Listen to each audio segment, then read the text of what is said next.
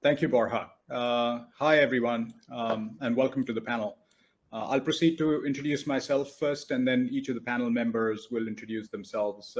I'm Madhur Mehta. I'm a former investment banker. I used to work at JP Morgan and Standard Chartered, where I used to raise capital for entities around the world.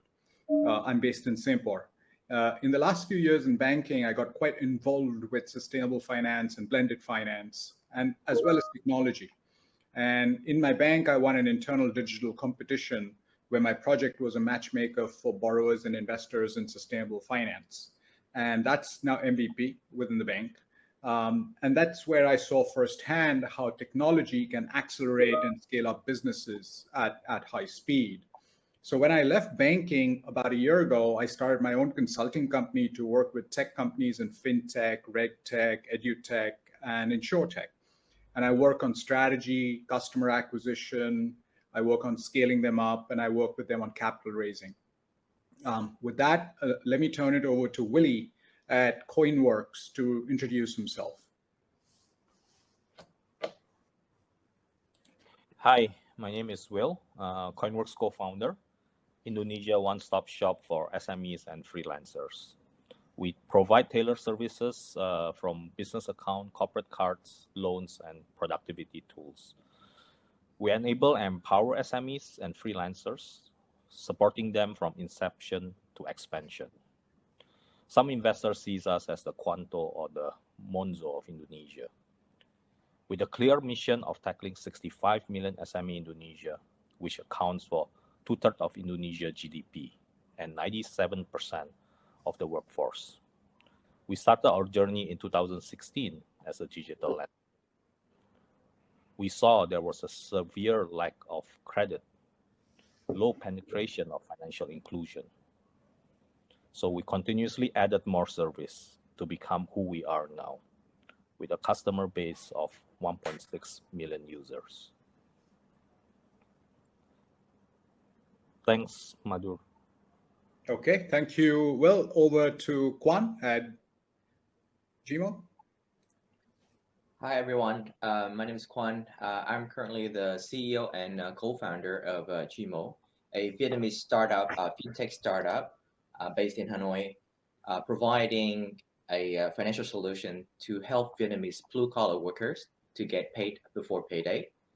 We launched 14 months ago, and we already disbursed $3.5 million to over 60,000 workers across Vietnam, and helping them to alleviate the financial distress, improve financial health. I myself, before co-founding GIMO, I myself worked in Citibank, managing consumer banking divisions, and had several years leading investment in family offices and also some private equity funds. Thank you, Madhu. Thanks, Quan. We're now that was our two tech companies, guys, and now we're going to be moving on to our investors with Sagar at Triodos first. Yeah, sure. Hi, good morning, everyone. My name is Sagar Thakar, and I work with Triodos Investment Management. We have been investing for the past 25 years to generate social and environmental returns, along with healthy financial returns. We manage about 6.1 billion euros. We are headquartered in the Netherlands, and we mainly focus in 3 transition themes. One is financial inclusion, where FinTech is a part of that. The second one is sustainable food and agriculture, and the third one is energy and climate. Personally, I've been investing in FinTech businesses over the past 10 years, and quite excited to see how the industry has evolved globally. Thanks, Sagar, for that introduction. Over to Chris at Integra. Thanks, Madhur, and thank you everyone for listening in. My name is Chris. I'm one of the co-founders and partners at Integra Partners. We are early-stage investors in financial services and digital health, investing in technology companies that drive access and affordability to responsible services. We're the lead investor in Quan's seed round in GIMO, and it's a very typical example of the types of founders that we would partner with and the types of companies that we like to back. Thank you. Thanks, Chris. So it's going to be quite interesting to the panel because Chris has, through his fund, invested in Quan's company in GIMO, and we'll talk a little bit about that during the panel. Let's go on to the questions now, guys. If each of you could just talk about how you're making the impact, how you're looking at serving underserved communities in your own way, in your own fund, in your own tech company. And if you can just talk about the journey that you've been on. Will, you talked about the number of consumers, and so did Quan. Could you talk about your journey from the brainwave somebody had to where you are today? And perhaps we just go in the same order to make it consistent. Will, with you first. Sure. So Koinworks' vision has been always to level the playing field for those underbanked and unbanked for SMEs in Indonesia. So access of funding has always been the starting point for us, and the biggest challenge we feel.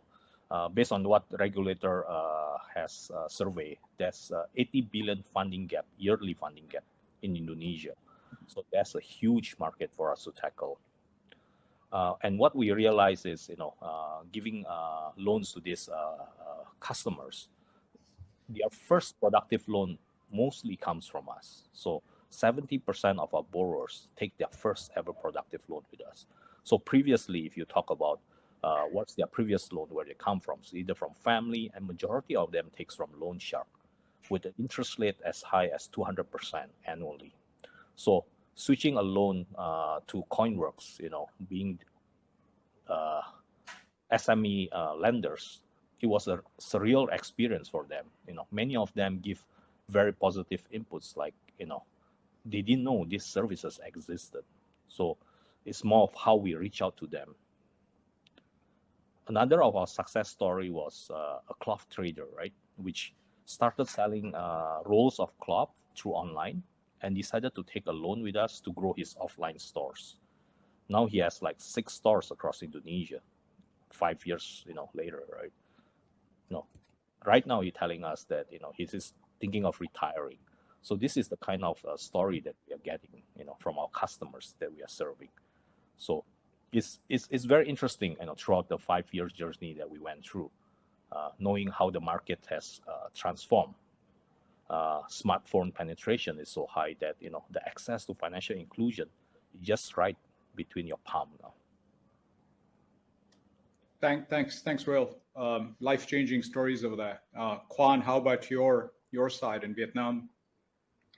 Yeah, thanks, Madhu. I think we are quite similar. The beginning of our story journey is quite identical to Will's, with the access of funding, and we also see and identify the similar, like problems, the challenges that the underbanked or like bank underserved Vietnamese, especially the blue-collar workers in Vietnam. Right now, it's about like 25 to 30 million blue-collar workers in Vietnam are struggling with. And because we've been in the finance industry for quite some time, so we've seen workers struggling with their finances, emergency bills, and some of them have no or very limited access to form of financial services like banking system. It's really difficult for them to like open a bank account, or like to prove themselves with a bank to get a loan, even like a $500 or like $600 loans. And many of them must resort to loan sharks, the polite credit market, or other like payday loans lenders with a interest rate up to 1,000% per annum, just to cover some like short-term 3 to 4 day a week financial emergency expenses. And we see that if there is a problem, there will be opportunity for us to bring technologies together with the financial capital resources to tackle the problems. And with the mobile app, we are able to help the blue-collar workers to get paid before payday without waiting until they're like scheduled payday. And by doing so, they can be more proactive in their financial management, but also improve their financial health and avoid overdraft fees and all kinds of hidden costs like other product and services might incur. Thanks, Quan. There's a lot of financial inclusion that you guys, both in Vietnam as well as Will in Indonesia, are doing. Let's move over to to the investor side with Sagar, you and Will have had a past history as well. But your thoughts, Sagar? Yeah, sure. So, Madhur, we started looking at FinTech about 6 years back in 2016. And at that point of time, we saw a good value proposition in FinTech as a means to increase the outreach of financial services exponentially, in terms of access, in terms of quality, and in terms of affordability. And at that point of time, we came up with our own underwriting guidelines for FinTech. And I think if you fast forward it to 2022, we see the rationale even more stronger. If you look at COVID, it has accelerated digitization at MSMEs and in general for all the businesses, for many of them to not only increase their business, but in some cases to also survive. We are seeing more and more availability of data. We are seeing new ways for consumers to access financial services. And we are seeing an overall reduction in cost of services. And I think Koinworks is a good example of that. And I think if you look at it from our investors' perspective, then I think FinTech offers a good asset class differentiation. And I think it's a sweet spot in risk-reward matrix. I think it's also a way for us to stay relevant in our markets. It is a way to broaden social inclusion. So, today we have invested about $80 million across 20 investees in about 45 countries, and about 3 fund investments. Thanks for that overview, Sagar. Chris, your thoughts? Yeah, thank you. I think it's a really exciting time, and Koinworks and GIMO are 2 examples, but are part of a large group of companies. In our second fund, we've invested in Pakistan, in Vietnam, in Indonesia, Bangladesh, and Vietnam, of course, with Quan. And the theme that we are really excited about right now is that in most of the countries, the basic infrastructure is in place to allow companies to hyperscale to reach kind of the long tail of underbanked or underserved, which is something that impact investors or DFIs and have been trying to do for decades, and it's always been kind of a hand-to-hand battle, and hard to scale. And I think these companies on the panel today are proof of examples that you can grow at a much faster rate, because digital onboarding is possible today, because real-time payments is possible, and fortunately free or near free, and it works relatively well in most markets today, because everybody is on a mobile device, and so you can do some scoring and identity and counterparty assessment in real time. And so what we're trying to do with our fund is to invest in founders that have found a good hook to reach these customers and to bring them a broad suite of services. And for us, we look at that through a lens of kind of 3 different things. One is access. So, can you reach a broader universe of people and hopefully the underserved communities? Second is affordability. Can you bring your products and the cost of that product down to make it more affordable for people? And third is responsibility, which is at least as important, because payday lending or brokerage apps that try to get people to transact as much as possible, whilst these are all maybe good business models in the sense that they can make a lot of money, I don't think they necessarily help the end consumer, whether they're consumers or SMEs. So we look through that lens and try to mobilize both private and public capital to invest in founders that seek to achieve those goals. Thanks, Chris. You guys have come a long way too. And now, guys, what we'll do is we kind of move on to another discussion which talks about your learnings. And let's start with the tech entities. We've got Quan in Vietnam, who has just started out 14 months or so, and then we've got Will in Indonesia, who's a generation apart, or probably 2 generations apart at 5 years. And Will, if you can just talk through things like the problems you faced in your journey, your how many directions you pulled into in every single day, and the learnings and the opportunities that you've been through, and even probably your frustrations, if you can. Sure.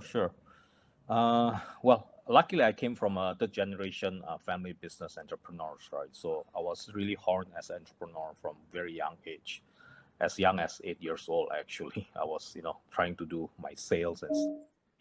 So a lot of key learnings I learned throughout my lifetime, right? I think one of the key learning in Koinworks, I specifically today wanted to focus on talent, I think, because I typically break down the stages of a startup to 4 stages, right?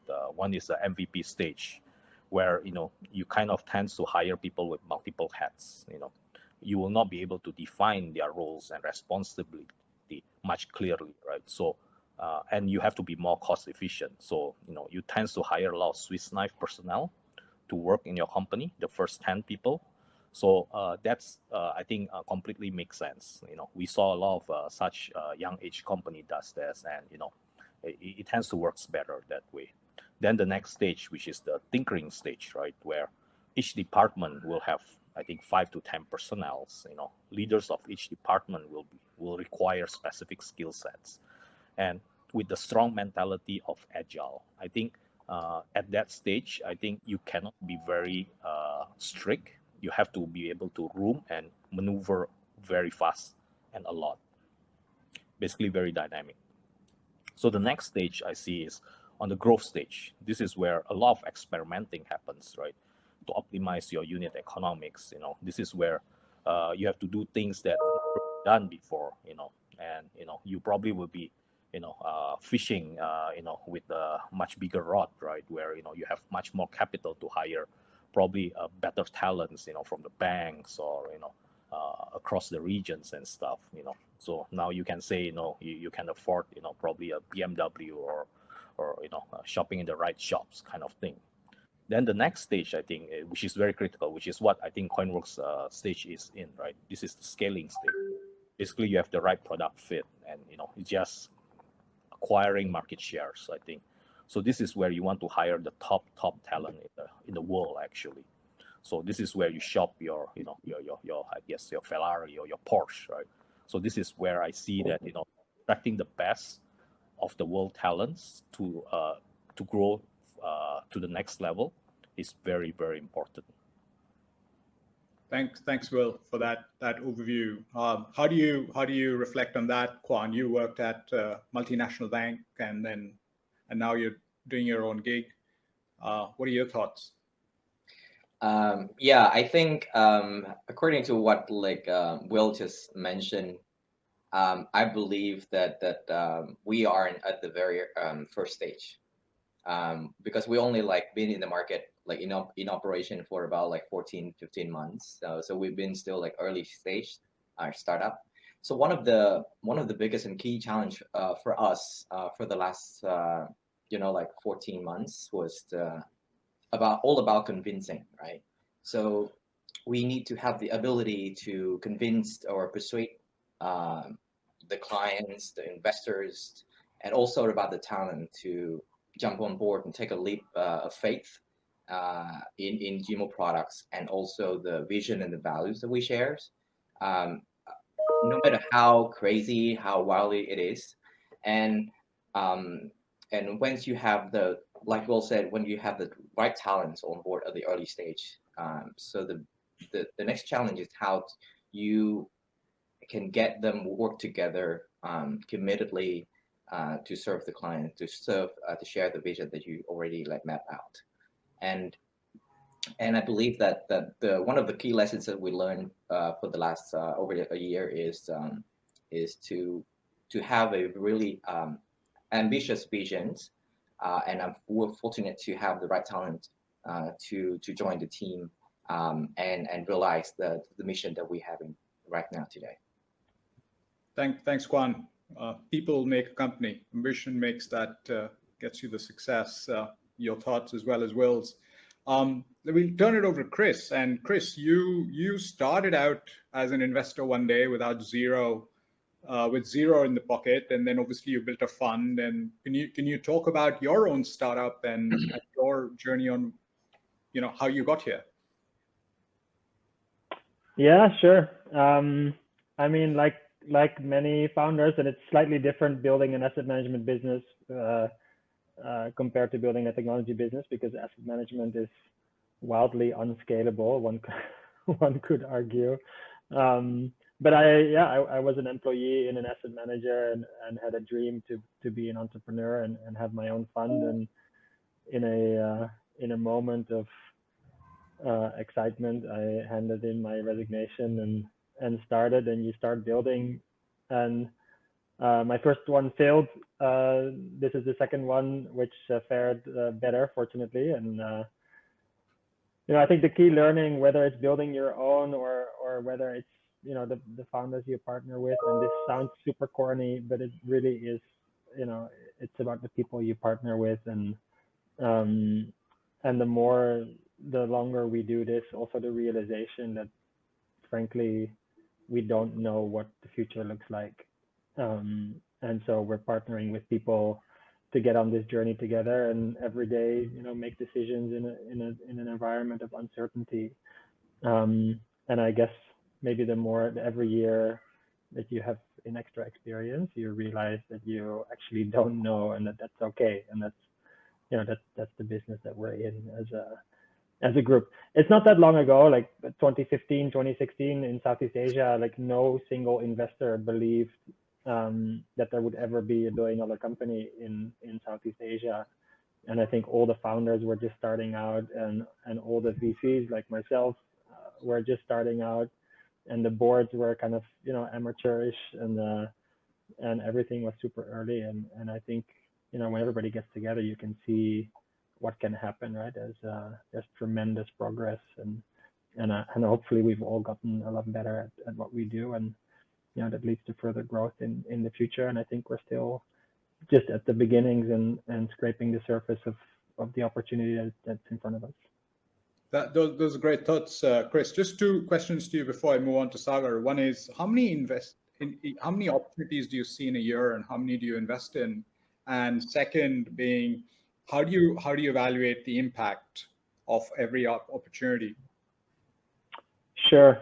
We're quite traditional in the way we allocate.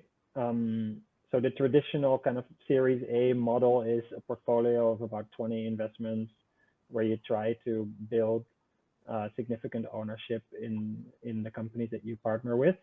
Significant used to mean kind of 20+%. That has changed quite a bit. I'd say now if you get to 10 or more in the current market, that's a pretty good outcome for early stage investors. The very other end of the spectrum is a more indexing strategy, right, where you have the right timing and the right market, and you try to build a very broad portfolio of smaller ownerships, but in maybe 50 or maybe even 100 companies in a market. And some of our competitors have been really successful with that strategy as well. On the impact, like I mentioned before, like we measure in a few different dimensions. One is access, one is affordability, and one is responsibility. For say GIMO, given that Quan is on the call here, a few of the things that we look at, first of all, is of course the number of people that Quan can reach with his product. And that's in the first instance, that's employer partners, because Quan sells through employers. And second, and more importantly, ultimately, is the employees that GIMO can reach, and that's the baseline. And then the second is, of course, like how many payroll advances, or the total value of payroll advances that GIMO can give to employees. And this is important because we really see this as an alternative to something that is often, to be frank, much more nefarious, right? So a payday loan, or a loan shark, or a 5/6, or different names in different countries. But these are very often the starting point of a vicious cycle for people who often just need something short term in the middle of the month, because their motorcycle has broken down, or because a hospital bill needs to be settled. So that's the first step. The bigger opportunity, I think, is really a real employee benefits platform that extends, I think the EWA is the hook, but that can turn into a digital bank, that can turn into micro insurance, that can turn into kind of retail savings and investments, which I'm very passionate about. And so that's a much longer strategy, but, tiny steps to get to a much bigger goal later on. Thanks for that, Chris. We're going to move over to Sagar, who's also an investor, and they obviously have a very, very huge development focus. And Sagar, if you could just talk through direct lending versus investing in fintechs, compare and contrast, your thoughts on that. Yeah, sure. I think firstly on comparing and contrast, I think we see several differences between conventional businesses and fintech, and I think it could be starting from revenue streams to cost structures and operating models. So, for example, fintech firms often have large technology teams. They often have a higher cost of acquisition, branchless banking. We have also seen that fintech firms are loss making for many years. So that means it's quite important to understand that the shareholders are long term and they have the ability to support them for many years. We also see, depending on the evolution of fintech in that region, the regulatory risk may be higher. So I think in a sense we learned that we need to look at fintech from a different lens, and I think and develop our own sort of criteria on how we want to look at it. Thanks, Sagar. A question to you: how many opportunities do you guys look at every year, and how many do you participate in? What's the ratio, and where do they come from? How do they get to you? Yeah. I think the opportunities are I think we see. I think it's kind of really hard to pinpoint a number, to be honest, on how many opportunities we see, but I think it really depends on the evolution of fintech in the region. Obviously, so we have seen that countries like India and Indonesia are more kind of mature, and there are many elements which support fintech. So we have seen more opportunities from that region, Singapore as well. And now we are seeing more opportunities from Vietnam and Philippines as well. I think in terms of but we have also seen the breadth of opportunities in fintech. So initially we would see many alternative lending models or digital lending models which would have hybrid platforms doing fintech along with doing on-balance sheet lending along with crowdsourced lending. But now we are seeing more opportunities in, for example, neo-challenger banks, which offer the entire gamut of financial services, not just lending, but payments, micro insurance, wealth management, and savings products, and so on. We are also seeing a lot of opportunity in next generation MSME finance, where we are seeing innovations in supply chain financing. We are starting to look at, we have some portfolio in responsible retail finance as well as embedded finance. So I think these are new areas which are emerging, and we see kind of opportunities emerging across the region. Thanks, Sagar. You and Chris have you have a very good position on knowing what the pulse is in this particular sector, because you get so many opportunities coming to you. What we're going to do, guys, is we're going to move into the funding side of the equation, and we'll talk to the tech entities on their journey. And perhaps, Will, if you started as an entrepreneur when you were 8 years old, but in Koinworks, when did you guys get your first dollar in from an outside investor? How tough was it for you? And what are your thoughts on getting that first dollar and a continuous dollar and investor relations? If you can share with us. Sure. I think our Series A comes at 2018. Well, I'll say during then, right, Southeast Asia or specifically Indonesia, right, you can count by your fingers how many VC investors willing to invest into the early stage there. So it was challenging in terms of fundraising then. Compared to now, you look at how the startup are fundraising is a completely different world actually right now. So that time, I think me and my co-founders, we always believed that we need investors that bring value to us, that align to our value. So during our Series A in 2018, actually we dated with Mandiri Capital, one of the largest bank in Indonesia by asset. So we know by then, right, that we could not build a good quality or cheap cost of funding from the financial institution to provide debts. So we need to build retail investors in order to be able to serve our borrowers. So we need trust. That's what we identify in the early stage. So we wanted a bank to be able to invest in us and put the stamp of approval there. So that's the choice that we make. We took the bank corporate ventures, but it was by design. So that was an interesting one. And then, that turns out to be miraculously well for us. We become the largest retail investors in Indonesia, having 1.1 million retail investors on our platform right now. And half of our AUM still comes from retail investors, even though, our loan book is pretty significant already. So we have proved there's enough retail investor, new age retail investors in the market, actually. In the B round, we are very specific that we wanted a fintech expert, right? And Quan, scouted Indonesia for 2 years, and we kind of feel that they are the right one because they know the expertise on the different markets, and we thought that tapping into the expertise will accelerate our growth, and that proved to be true. So we dated and we courted them, and luckily, we managed to bring them on board. There's another type of investors like Sagar here, right? So they comes into Koinworks as debtors, right? So as a FI debtors. So Saison also came in the same case where they will give us, provide us with debts for at least a year, and then they feel very comfortable and knowing us much better, our books and how we are working, how we organize ourselves. Then they comes in as our equity investors, which is, I think, is great.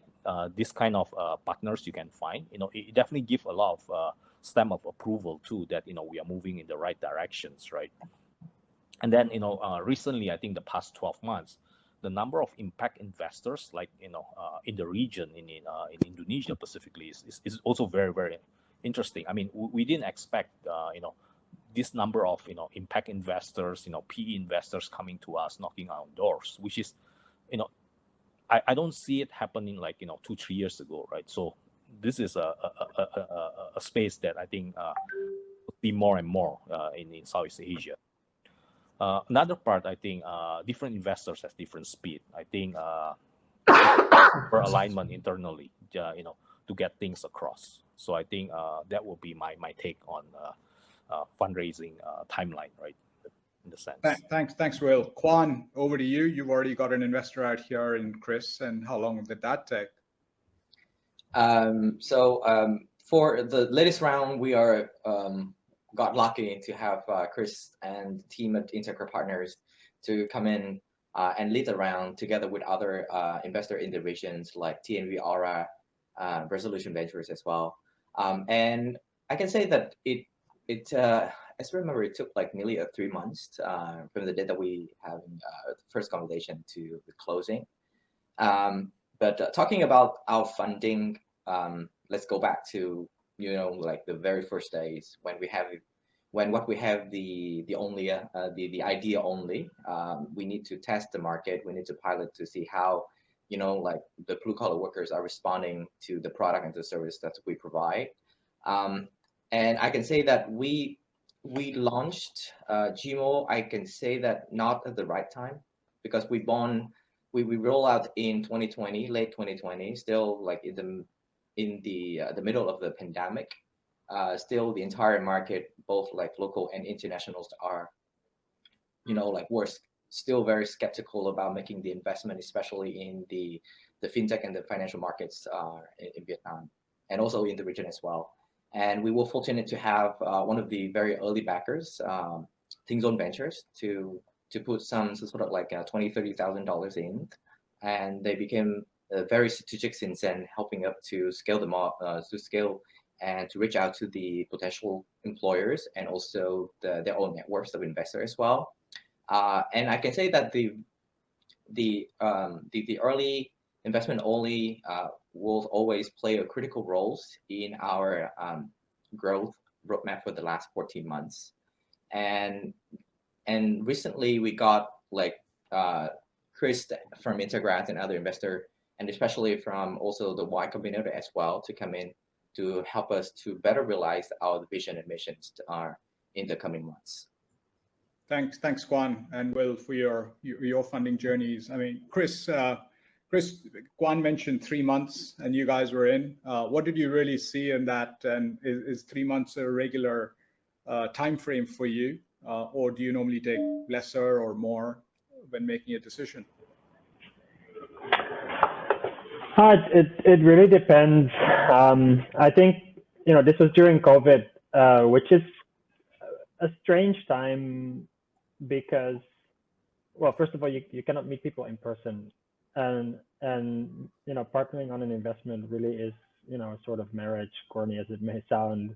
So doing that by video call and kind of long distance dating is not that easy to get comfortable with long-term partnerships, right? So that's one aspect. The second is in the last 2 years, and I think Will has alluded to this just now. I mean, there's a lot of investors in the market, and deals have actually been happening very fast. Sometimes incredibly fast, sometimes so fast that we don't want to participate because there's just not enough time to get comfortable. So I think usually you're kind of driven by the process that the founder chooses to take. Some are happy to kind of get to know people and take some more time. Some just want to get it done and maybe don't particularly care. And there's a lot of kind of party rounds at the early stage as well, right? Where people raise $1 million or $1.5 million, and they choose to take like 100K from 15 people and kind of use that to just get funding quickly and then find a real kind of quote unquote lead investor for a larger check at a later round. So I think the market is in flux, and now, I mean, Q4 2021, I think, was an exceptional quarter with incredible market exuberance. Q1 2022 is shaping up to potentially be kind of an inflection or a reflection point, because the world looks quite a bit different than it did a quarter ago, with kind of rates going up, energy prices up, geopolitical tension and uncertainty, and in the public markets, like technology companies have taken an absolute bath, right? So I think there is maybe a little bit of pause as to how deals will get done. For us, ultimately, since it's a partnership, like the key thing we need to get comfortable with is our view of the founder, and vice versa, the founder's view of us, right? And hopefully it's a good partnership. So just to relate that back to Quan, and we observed traction for a few months and kind of discussed kind of what the plans were, and then like kind of look how that plays out over a period of time. And we have a thesis around earned wage access, so the business model we were very comfortable with.